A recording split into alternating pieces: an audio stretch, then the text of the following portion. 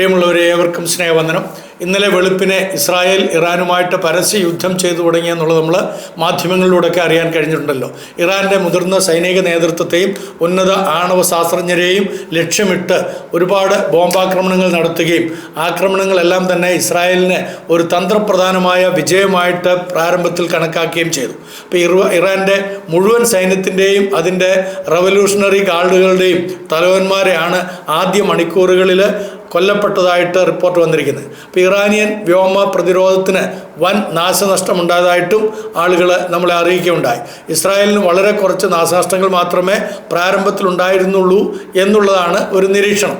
മാത്രമല്ല, ഉടനടി വലിയൊരു തിരിച്ചടി നൽകും എന്നുള്ളത് അവിടുത്തെ ഖുമൈനിയും മറ്റ് പ്രസിഡൻറ്റുമൊക്കെ വളരെ കൃത്യമായിട്ട് പറഞ്ഞിട്ടുള്ളത് കൊണ്ട് തന്നെ ഇസ്രായേൽ ജനത വളരെയധികം ജാഗ്രത പാലിക്കുകയാണ്. അവരുടെ പ്രസിഡന്റ് ബെന്യാമിൻ നെതന്യാഹു വളരെ കൃത്യമായിട്ട് ആളുകളുടെ സുരക്ഷതയെക്കുറിച്ച് അവർ ജാഗ്രത പാലിക്കണമെന്ന് പറയുകയും ആ വിധത്തിൽ അതിൻ്റെ കാര്യങ്ങളൊക്കെ ക്രമീകരിക്കുകയും ചെയ്യുന്നു. അപ്പോൾ ഇന്നലെ ഉച്ച കഴിഞ്ഞ് ഇസ്രായേലിന് കുറുകെ ഇറാൻ ധാരാളം മിസൈലുകൾ ഒരേ സമയത്ത് തന്നെ ആക്രമണമായിട്ട് അയക്കുകയും അത് ഇസ്രായേലിൻ്റെ അയൺ ഡോം പ്രതിരോധത്തെ തകർത്തു എന്നൊക്കെ ചില മാധ്യമങ്ങൾ നമ്മളോട് പങ്കുവച്ചു. അപ്പോൾ അത് ശരിയാണോ എന്നറിയാൻ വേണ്ടി അവിടെയുള്ള നമ്മുടെ പ്രിയപ്പെട്ടവരുമായിട്ടൊക്കെ ഞാൻ ബന്ധപ്പെടുകയും അവർ എന്നെ വിളിച്ച സമയത്ത് അവർക്കാർക്കും തന്നെ ഒരു കുഴപ്പമില്ലെന്നും അവിടെ സാധാരണ ലെവലിൽ തന്നെ ആളുകൾ ജീവിക്കുന്നുണ്ട് എന്നുള്ള വാർത്തകളൊക്കെയാണ് കേട്ടത്. ഇന്നലെ രാത്രിയിൽ അവർ എല്ലാവരും തന്നെ അണ്ടർഗ്രൗണ്ടിൽ അവർക്ക് വേണ്ടി പ്രത്യേകമായി സജ്ജമാക്കിയിരിക്കുന്ന പ്രത്യേക വീടുകളുണ്ട്. ആ വീടുകളിലായിരുന്നു താമസിച്ചിരുന്നതെന്നും അവിടെ എല്ലാ സൗകര്യങ്ങളും, കിടക്കാനുള്ള ബെഡുകളടക്കം എല്ലാ സൗകര്യങ്ങളും, അതുപോലെ തന്നെ ഭക്ഷണ സൗകര്യങ്ങളും എല്ലാം, കുടിവെള്ളവും ഒക്കെ ധാരാളമായിട്ടുണ്ട്. ഒന്നിനും ബുദ്ധിമുട്ടില്ല. അവിടുത്തെ ഈ യുദ്ധം എന്നൊക്കെ പറയുന്നത് സാധാരണഗതിയിൽ എല്ലാവരും എപ്പോഴും എക്സ്പെക്റ്റ് ചെയ്യുന്നതായുണ്ട്, എല്ലാവരും പ്രതീക്ഷിച്ചിരിക്കുന്നതായുണ്ട്. അതൊരു വലിയ പുതുമയായിട്ടൊന്നും അവർക്ക് തോന്നിയിട്ടില്ല എന്നുള്ളതാണ് ഇന്ന് വെളുപ്പിനെ ഞാൻ അവിടുത്തെ പ്രിയപ്പെട്ടവരെ, നമ്മുടെ ആളുകളെയൊക്കെ വിളിച്ചപ്പോൾ മനസ്സിലാക്കാൻ സാധിച്ചത്. അപ്പോൾ മറ്റേതൊരു യുദ്ധത്തിലെയും പോലെ ഈ യുദ്ധത്തിലും കാര്യങ്ങൾ എങ്ങനെ അവസാനിക്കുമെന്ന് നമുക്ക് ആർക്കും തന്നെ പ്രവചിക്കാൻ സാധിക്കുകയില്ല. ഇസ്രായേൽ ഉദ്യോഗസ്ഥർ പറയുന്നത് ആക്രമണം ദിവസങ്ങളോളമോ ചിലപ്പോൾ ആഴ്ചകളോളമോ തുടരും എന്നുള്ളതാണ്. അടിസ്ഥാനപരമായിട്ട് ഭാവിയിൽ ഒരു അനന്തമായ വൻ യുദ്ധത്തിനുള്ള സാധ്യതയാണ് പലരും ഇത് മുഖാന്തരം ചൂണ്ടിക്കാണിക്കുന്നത്. എന്താണ് സംഭവിക്കുന്നതെന്ന് യഥാർത്ഥത്തിൽ മനസ്സിലാക്കാൻ ഈ ഘട്ടത്തിൽ നമുക്ക് ഏതാണ്ട് അസാധ്യമായി തന്നെയാണ് പറയാൻ കഴിയുന്നത്. യുദ്ധത്തെക്കുറിച്ച് ഇസ്രായേലിയർ ആശങ്കാകുലരല്ലെന്നാണ് എൻ്റെ സ്നേഹിതനായിരിക്കുന്ന CJ വർഗീസ് ഇസ്രായേലിൽ നിന്ന് റിപ്പോർട്ട് ചെയ്തിരിക്കുന്നത്. രാവിലെ അദ്ദേഹം ആ കാര്യങ്ങളൊക്കെ പറഞ്ഞ സമയത്ത് ഞങ്ങളാരും തന്നെ ആശങ്കാകുലരല്ല എന്നുള്ളതാണ് അവിടുത്തെ ജനത പറയുന്നത്. കാരണം അത് അവരുടെ നിലനിൽപ്പിൻ്റെ അനിവാര്യതയായിട്ടാണ് അവർ ചിന്തിക്കുന്നത്. അവരുടെ ജീവിതം തന്നെ മറ്റു രാജ്യങ്ങളുമായിട്ട് എപ്പോഴും യുദ്ധത്തിൽ ഏർപ്പെടുന്നതാണല്ലോ. അതുകൊണ്ട് തന്നെ ഞങ്ങൾക്കിതൊരു പുതുമയുള്ള കാര്യമല്ല. ഇത് ഞങ്ങളുടെ ജീവൻ മരണ പോരാട്ടമായതുകൊണ്ട്, ഞങ്ങളുടെ ജീവൻ്റെ നിലനിൽപ്പിൻ്റെ ആവശ്യമായതുകൊണ്ടാണ് യുദ്ധം. ഇത് ഒഴിവാക്കാൻ സാധ്യമല്ല എന്നുള്ളതാണ് അവിടുത്തെ സാധാരണ ജനങ്ങളുടെ തന്നെ പ്രതികരണമായിട്ട് ശ്രീ CJ വർഗീസ് റിപ്പോർട്ട് ചെയ്തിരിക്കുന്നത്. അപ്പോൾ ഇറാനെതിരെ ഇസ്രായേലിൻ്റെ ആക്രമണത്തിൻ്റെ പൂർണ്ണമായ ആഘാതം വെളിപ്പെടാൻ വർഷങ്ങളെടുക്കുമെന്ന് ചില ചരിത്രത്തിൽ നിന്ന് തന്നെ നമുക്ക് അറിയാവുന്നതാണ്. അത് ഇറാനിയൻ ഭരണകൂടത്തെ അസ്ഥിരപ്പെടുത്തുകയോ അതിനെ ശക്തിപ്പെടുത്തുകയോ ചെയ്തേക്കാം. രണ്ടു വിധത്തിലുമാകാം. ഒന്നുകിൽ ഇറാനി ഭരണകൂടത്തെ കംപ്ലീറ്റ് ആയിട്ട് കൊളാപ്സ് ചെയ്തേക്കാം.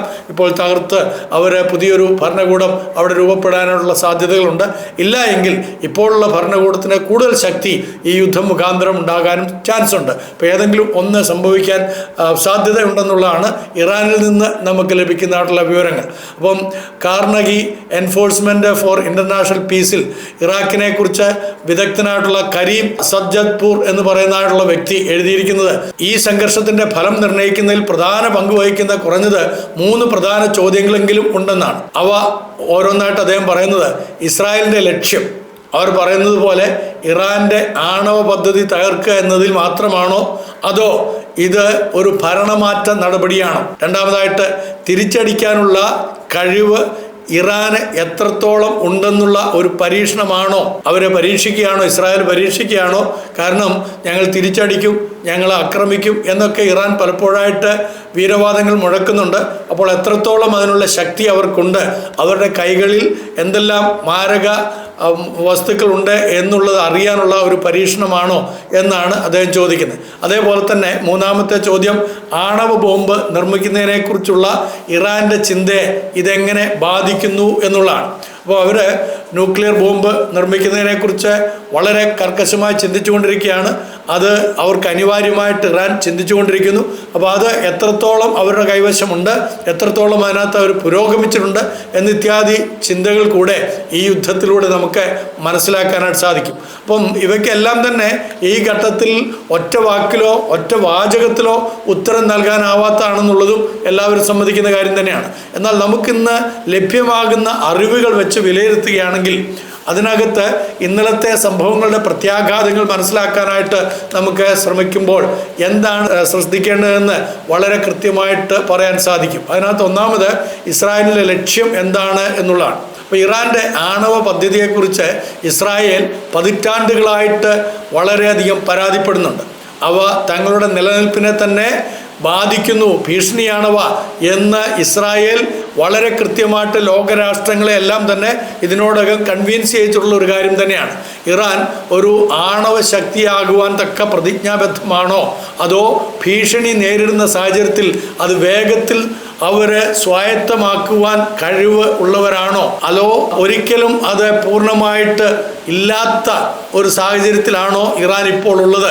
ഈ കാര്യങ്ങൾ അറിയുവാനുള്ള ഒരു താല്പര്യം, അത് ലോകത്തെ അറിയിക്കുവാനുള്ള ഒരു താല്പര്യം കൂടെ ഈ യുദ്ധത്തിലൂടെ ഇസ്രായേൽ തന്ത്രപരമായിട്ട് തന്നെ ലോകത്തോട് സംസാരിക്കുന്നുണ്ട്. എന്നാൽ സമ്പുഷ്ടമായ യുറേനിയം കൊണ്ട് സെൻട്രിഫ്യൂജുകൾ നിർമ്മിക്കുന്നത് പോലെയുള്ള നടപടികൾ അവസാന ഘട്ടത്തിലേക്ക് എത്തിച്ചേർന്നു എന്നത് മുഴുവൻ ലോകത്തിന് തന്നെയും ഭീഷണിയായി മാറിയ സ്ഥിതിക്ക് അവയെ നശിപ്പിക്കുക എന്നത് ലോകത്തിൻ്റെ തന്നെ ഉത്തരവാദിത്വമായി മാറി എന്നാണ് ഇസ്രായേൽ ഇപ്പോൾ പറയുന്നത്. ഇസ്രായേലിൻ്റെ വീക്ഷണകോണിൽ നിന്ന് ഹമാസിനെയും ഹിസ്ബുള്ളയെയും പോലുള്ള ഇസ്രായേലികളെ കൊല്ലുന്ന തീവ്രവാദ ഗ്രൂപ്പുകളെ സ്പോൺസർ ചെയ്യുന്ന ഒരു ദിവ്യാധിപത്യ ഭരണകൂടത്തെ ഒരു ആണവായുധം വികസിപ്പിക്കാൻ തക്കവണ്ണം അനുവദിച്ചുകൂടാ എന്നുള്ളതാണ് അവർ വാദിക്കുന്നത്.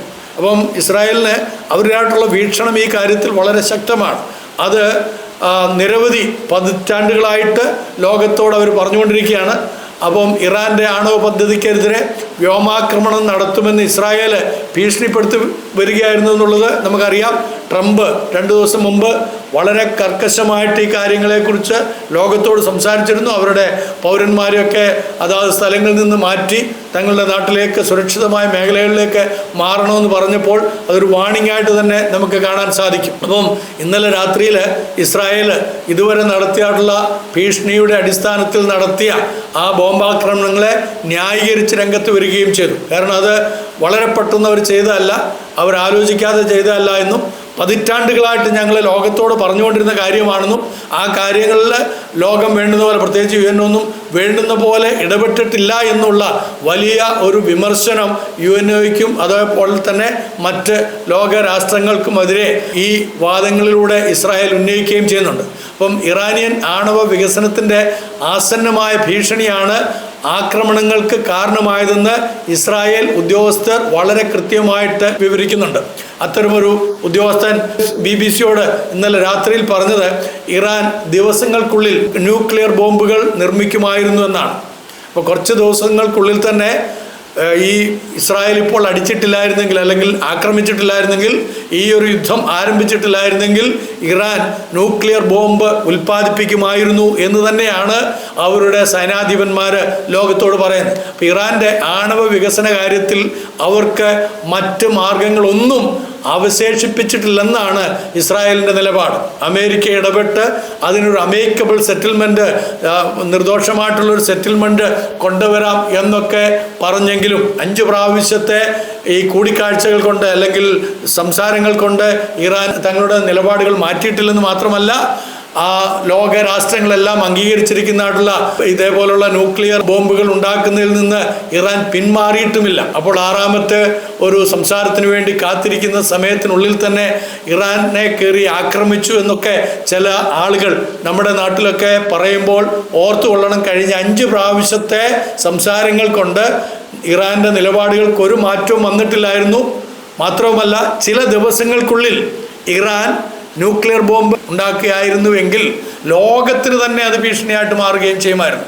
അപ്പോൾ ആ നിലയിലാണ് തങ്ങളിപ്പോൾ അതിനെ ആക്രമിച്ചിരിക്കുന്നതെന്ന് ഇസ്രായേൽ തങ്ങളുടെ നിലപാട് വ്യക്തമാക്കിക്കൊണ്ട് പറയുന്നുണ്ട്. ഇപ്പോൾ ആക്രമിച്ചുകൊണ്ട് ലോക ഭീഷണിയാകുന്ന ന്യൂക്ലിയർ സ്ഫോടനങ്ങൾ എന്നേക്കുമായിട്ട് ഇല്ലാതാക്കുവാൻ ശ്രമിക്കേണ്ടുന്നതിൻ്റെ പകരമായി സമീപ ഭാവിയിൽ ആണവായുധങ്ങളോട് കൂടെയുള്ള ഇറാനെ നേരിടുകയും തകർക്കുകയും ചെയ്യുന്നതാണോ ഉചിതമെന്ന് ഒരു വലിയ തെരഞ്ഞെടുപ്പ് ഇസ്രായേൽ നടത്തേണ്ടുന്നതായ സാഹചര്യമായിരുന്നു കഴിഞ്ഞ ദിവസങ്ങളിൽ. അങ്ങനെ വന്നപ്പോഴാണ് അവര് അനിവാര്യമായിട്ടുള്ള ഈ യുദ്ധത്തിലേക്ക് എത്തിച്ചേർന്നതെന്ന് വ്യക്തമാക്കുന്നു. അപ്പോൾ ഒന്നാമത്തെ കാര്യം, ഏറ്റവും ഉചിതമെന്ന് ഉറപ്പായതിനാലാണ് ഇത്തരമൊരു നീക്കത്തിലേക്ക് തങ്ങൾ നീങ്ങിയത് എന്നവർ പറയുമ്പോൾ ആ അവകാശവാദങ്ങൾ ശരിയല്ല എന്ന് പറയുവാൻ ആർക്കും സാധിക്കുകയില്ല. നമ്മുടെ ഭരണാധിപന്മാർക്കും ആരെങ്കിലും അങ്ങനെ പറഞ്ഞിട്ടുണ്ടെങ്കിൽ അതിൻ്റെ വസ്തുതകളെ ഗ്രഹിക്കാതെ തങ്ങളുടെ താൽക്കാലികമായിട്ടുള്ള നേട്ടങ്ങൾക്ക് വേണ്ടി, പ്രത്യേകിച്ച് ഇലക്ഷനുമായിട്ടൊക്കെ ബന്ധപ്പെട്ടുള്ള സംസാരങ്ങൾ മാത്രമാണ്. അല്ലാതെ അതിൻ്റെ ഭാവിയിലെ വിപത്തുകളെക്കുറിച്ച്, അതിൽ ഭാവിയിൽ സംഭവിക്കാൻ പോകുന്ന ക്രൂരമായിട്ടുള്ള, ലോകത്തിന് മുഴുവനും ഞെട്ടലുണ്ടാക്കാൻ പോകുന്ന ആണവായുധ പ്രക്രിയയെക്കുറിച്ച് ബോധമില്ലാതെയാണ് അത്തരക്കാർ ഇപ്പോൾ ഏതെങ്കിലും തരത്തിലുള്ള വിമർശനങ്ങൾ ഇസ്രായേലിന് നേരെ തൊടുത്തുവിടുന്നതെന്ന് പല ചിന്തകന്മാരും വിവിധ രാജ്യങ്ങളിലും നമ്മുടെ നാടുകളിലും ഇരുന്ന് വിവക്ഷിക്കുന്നുണ്ട്. അപ്പോൾ അവർ ആക്രമിച്ച യഥാർത്ഥ ലക്ഷ്യങ്ങളും അവരുടെ ഉദ്ദേശങ്ങളും തമ്മിൽ എന്തെങ്കിലും പൊരുത്തക്കേടുകൾ ഉണ്ടോ എന്ന് മാത്രമേ നമ്മൾ ചിന്തിക്കേണ്ടതായിട്ടുള്ളൂ. മനസ്സിലാകുന്നുണ്ടല്ലോ? അതായത് ഇറാൻ തങ്ങളുടെ കൈവശം ന്യൂക്ലിയർ ബോംബ് ഉണ്ടാക്കി കഴിഞ്ഞിട്ട് അതിനുശേഷം അവരുമായിട്ട് യുദ്ധം ചെയ്യാനായിട്ട്, അല്ലെങ്കിൽ അതിനെ നിർവീര്യമാക്കണം എന്ന് പറഞ്ഞാൽ ഇറാൻ ലോകത്തിലെ തന്നെ ഒരു ഭീഷണിയായിട്ട് മാറും. അപ്പോൾ പിന്നെ ആർക്ക് അവരെ കൺട്രോൾ ചെയ്യാൻ കഴിയും? ഒരു ലോകരാഷ്ട്രങ്ങൾക്കും ഒരു ചർച്ചയ്ക്കും വിധേയപ്പെടാത്ത ഈ ഇറാനെ നിയന്ത്രിക്കാൻ കഴിയുകയില്ല എന്നുള്ളതാണ് നിഷ്പക്ഷമായിട്ട് ചിന്തിക്കുന്ന എല്ലാവർക്കും ബോധ്യമായിട്ടുള്ള കാര്യം. അത് നമ്മൾ മറന്നു പോകരുത്, അത് നമ്മുടെ മനസ്സിലുണ്ടാകണം. അപ്പോൾ ഇസ്രായേലിനെ വിമർശിക്കുമ്പോൾ തന്നെ വളരെ കൃത്യമായിട്ട് ഓർത്തുകൊള്ളണം, എന്തുകൊണ്ടാണ് ഇത്ര പെട്ടെന്ന് ഇസ്രായേൽ ഇറാനെ കയറി അടിച്ചത്, അവിടേക്ക് ബോംബുകൾ അയച്ച് അതിനെ നിർവീര്യമാക്കാൻ ശ്രമിച്ചത്. അതിൻ്റെ കാരണം, ന്യൂക്ലിയർ ബോംബുള്ള ഒരു ഇറാനെ ഒരു കാരണവശാലും ആർക്കും നിയന്ത്രിക്കാനോ തങ്ങളുടെ വരുതിയിൽ നിർത്തുവാനോ കഴിയുകയില്ല. അപ്പോൾ അത് ഉണ്ടാക്കുന്നതിന് മുമ്പ് തന്നെ അവരെ ഒതുക്കേണ്ടത് അനിവാര്യമായിട്ട് ഇസ്രായേലിന് തോന്നി.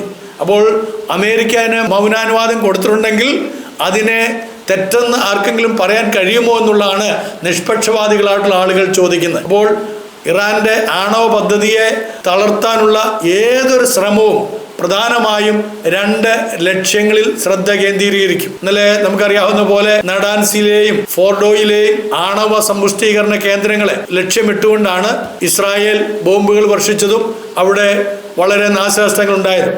അപ്പോൾ ഇറാനിയൻ ആണവ ശാസ്ത്രജ്ഞരെ ഇസ്രായേൽ ലക്ഷ്യമിട്ടിരുന്നെങ്കിലും ഭൗതിക സൗകര്യങ്ങൾ നീക്കം ചെയ്തതായിട്ട് നമ്മളെ കാണുന്നില്ല. അല്ലെങ്കിൽ പറഞ്ഞാൽ മറ്റുള്ള കാര്യങ്ങളൊന്നും അവർക്ക് ഒരു ബാധകമായിട്ട്, ഇസ്രായേലിന് ബാധകമായിട്ട് കാണുന്നില്ല.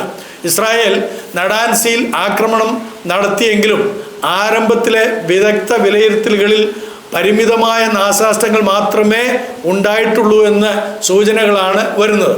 അപ്പോൾ ആദ്യ റൗണ്ടിൽ ഫോർഡോ ആക്രമിക്കപ്പെട്ടതായി ഒരു തെളിവുമില്ല എന്ന് ചില ആളുകൾ നിരീക്ഷിക്കുന്നുണ്ട്.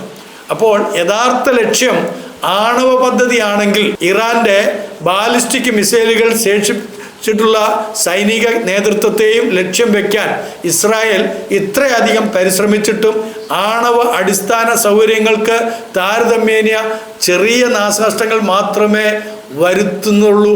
അതെന്തുകൊണ്ട് എന്നുള്ളതാണ് വിമർശകർ ചോദിക്കുന്നത്. ഇപ്പോൾ ആണവ കേന്ദ്രങ്ങളിൽ വളരെ ചെറിയ തോതിലുള്ള പ്രശ്നങ്ങൾ മാത്രമേ ഉണ്ടാകുന്നുള്ളൂ. മറ്റ് അവരുടെ ശാസ്ത്രജ്ഞന്മാരെയും രാഷ്ട്രീയ അല്ലെങ്കിൽ അവരുടെ പട്ടാളത്തിൻ്റെ തലവന്മാരെയും ഒക്കെ ആണല്ലോ വധിച്ചിരിക്കുന്നത്.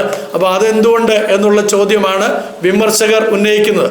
ഇവിടുത്തെ ചില ആളുകളും അതേ ചോദ്യം നമ്മളോടൊക്കെ ചോദിക്കുന്നു, അല്ലെങ്കിൽ പൊതുവിൽ അവർ ചോദിച്ചുകൊണ്ടിരിക്കുന്നു. അപ്പോൾ അതിന് വിശാലമായിട്ടൊരു മറുപടിയുണ്ട്. അതെന്താണെന്ന് വെച്ച് കഴിഞ്ഞാൽ ഈ ചോദ്യത്തിന് 2 ഉത്തരങ്ങളാണുള്ളത്.